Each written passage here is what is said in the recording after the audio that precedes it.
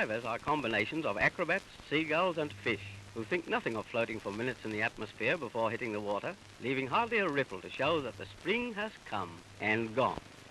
Here's a real diving treat from the boys of the new South Wales Troupe led by Clive Barras, Australia's champion diver. The slow motion camera reveals that these lads have raised diving to the status of an art in which grace, judgment and nerve play highly important parts. When a flight takes the air, you may wonder why they don't finish in a heap in the water. But every movement is timed, and each diver knows the exact spot where he will enter the aqua pura. But they never postpone their efforts, so they're into it like politicians into a taxpayer's pocket. The swallow.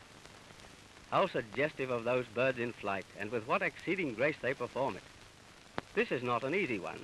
Always remember that the body should be perfectly rigid when it hits the water.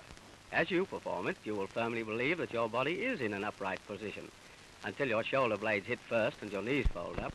If you haven't kept yourself rigid, you will probably kick yourself in the teeth, and that will be that.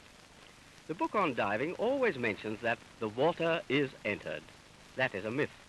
The water flies up to meet you, hits you a nasty smack in the lunch, and gulps you, strangles you, and finally enters you, accompanied by delicate morsels of seaweed, not to mention a stray fish or two, unwary enough to swim in the vicinity. The swallow again.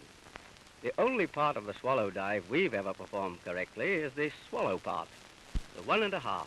A friend of ours tried this once. They're still dragging for the body. Off for a final plunge, and the remarkable method they have cultivated of getting back to the tower. Now watch this. Clive Barras in a rolling back dive from the 60-foot platform. He's the last word in divers. And that is the last word in dives.